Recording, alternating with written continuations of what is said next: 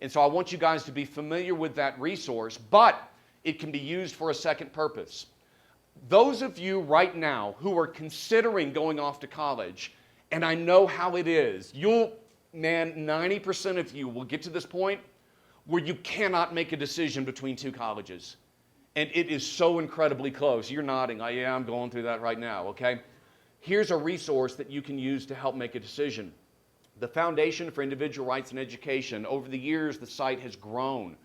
And they've got dozens of people working there. It's cool. They've got Muslims and Christians and Buddhists and unbelievers and pro-choicers and pro-lifers. It is a nonpartisan organization. And one of the great things they've done is to create a bank where they evaluate hundreds of campuses across America, and they either give them a red light, a yellow light, or a green light for how willing they are to tolerate freedom of speech. So that if you're in a situation where you're thinking, where do I go?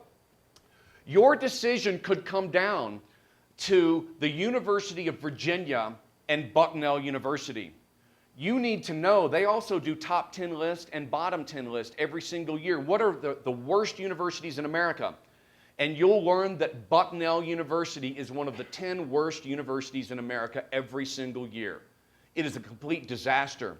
But you'll also learn that my alma mater, Mississippi State, as well as the University of Virginia, are in the top 10. The reason why Mississippi State is there, they abolished all of their speech codes a couple of years ago. And there's a similar situation at the University of Virginia. So what I want you guys to do is, if you're thinking about college and you're not there yet, put that into the equation. Will you promise me to go and do the research on the colleges that you're looking at and make that one variable that you're considering, okay? Because wouldn't it be bad if you sat there and you learned all of these things about how to defend your beliefs and then you go off to a college where they won't allow you to speak?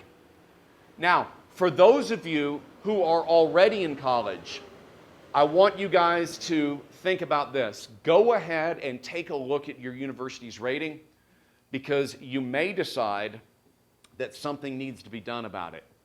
And here's where I'm going to introduce you to another case and to another organization that might help you out. I just told you guys a minute ago that it is possible sometimes to go out there and win in the court of public opinion, operating on that principle that sometimes sunlight is the most powerful of disinfectants.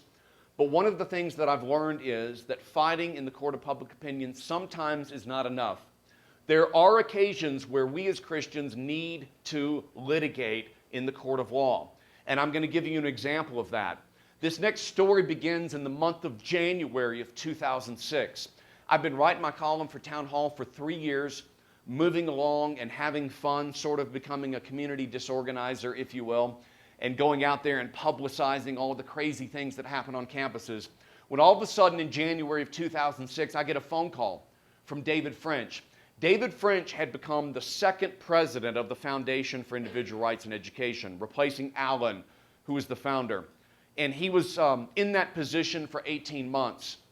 And I really developed a close friendship with him, and we're working on cases. He'd have a big case and say, will you write in townhall.com about it? Because it's cool. It's like Glenn Beck and some of the Fox folks will read my column occasionally, and when something really crazy happens, they'll actually put it on national television. And so he called me and said, it's been great working with you, but I personally need to step it up to another level. And that's when he told me he was quitting the fire. And I was so upset until he told me he was joining a group called the ADF. At that time, it was the Alliance Defense Fund. Now it's called the Alliance Defending Freedom. By the way, that website's telladf.org. Don't go to adf.org. That's the American Druid Foundation, and we got enough of that around here, okay? But at any rate, it's telladf.org. But when he made that announcement to me, I said, why are you doing this? He said, well, there are two reasons. He says, I have a call right now to go to Iraq and to use my expertise. He's got a Harvard Law degree, and he wanted to go and oversee interrogations of Al-Qaeda operatives. And he said ADF would allow him to take off 18 months to do a tour. He says, I said, okay, that's one. What's the other reason? He says, because I want to litigate. The ADF files actual lawsuits. And I said, well, why are you calling me? He said, well, I noticed that you're speaking on campuses everywhere now. I need you to go and find the worst policies and the best plaintiffs and bring them to me so we can start to fight and do something about this. By the way, before we started working together, 90% of the campuses in America had unconstitutional speech codes. That number is now 58%. We have had great success, and here's how. He said, be on the lookout. Be on the lookout. Well, all of a sudden, it didn't take long. About a month after that conversation, on the 15th of February, I get this frantic phone call from this young woman who we'll call Ruth, because that's her name. She called me on the phone. I told you it would get worse. This is obviously a phone. Anyway, she called me on the phone, and she said, you're not going to believe what just happened here at Georgia Institute of Technology. And she began to tell me the story.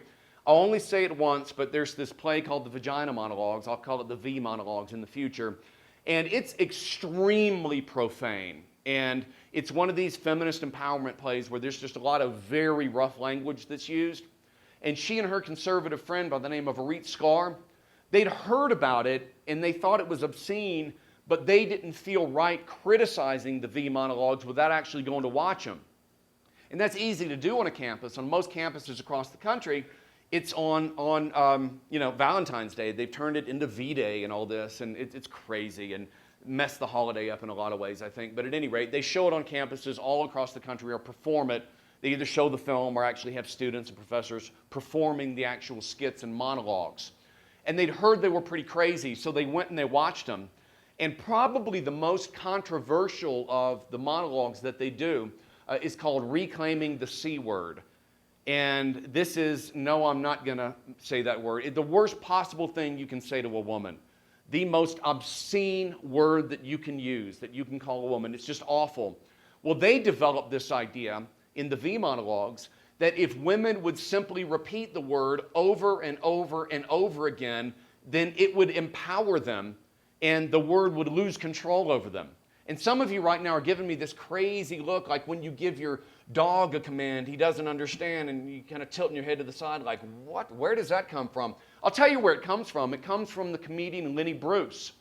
Back in the 1950s, Jewish liberal comedian Lenny Bruce used to have a nightclub, a skit that he would do, where he'd go down the row and he would insult people along the lines of their race. Like if he saw a fellow Jew, he'd get in their face and say, kike, kike, kike. Then he'd move over to the Italian and say, wop, dago. And he'd do this until someone was about to kill him. And then he'd get up and do this philosophical thing on why do we allow words to control us? And that's where they got the idea.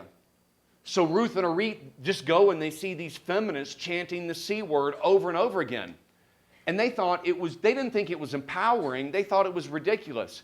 You know, their view was, when you learn a dirty word in the 3rd grade, you might want to repeat it over and over again.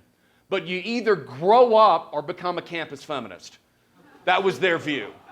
They just hated it. So they decided to actually do a protest, which took the form of setting up a table on the runway. That's the most traversed area of the Georgia Tech campus, which is right in front of their union. And they put up a poster board on the table that said, "We are not," and it had the C word. And then all of a sudden, you have these engineers walking by. And they're walking by with their pocket protectors and their slide rules. And they're just looking, and I mean, can you imagine the situation on a scale of 1 to homeschooled? How awkward would that be? Gotcha. I went to public school. There will be drive-by jokes later. Okay, just kidding. But they just looked, and they said, my goodness, who uses that kind of language in public? And Ruth and Arit were like, we're glad you asked. Why don't you go ask the feminist in the Women's Resource Center who put on this play using our mandatory student activities fees? And so all of a sudden, they start going in there. And Ruth and Arit thought it was funny. I do too. The feminists did not think it was funny. Shocker. And so they come walking out, armed, not with guns, because they're not into that. They come out with magic markers, and they start to mark over the C word. And Ruth and Arit, like, what do you think you're doing? They said, you can't use that word. It violates the campus speech code. And they're like, you used that word last night 100 times. And with a straight face, I hope that term isn't offensive. Think about it. They actually told them that it depends on what you're thinking at the time you use the word. They said, we were using it as a term of endearment, but you were using it as a term of derision. Have you ever read 1984 and the concept of thought control? Their argument was the constitutionality of a word turns on the thought you're having at the time you utter it.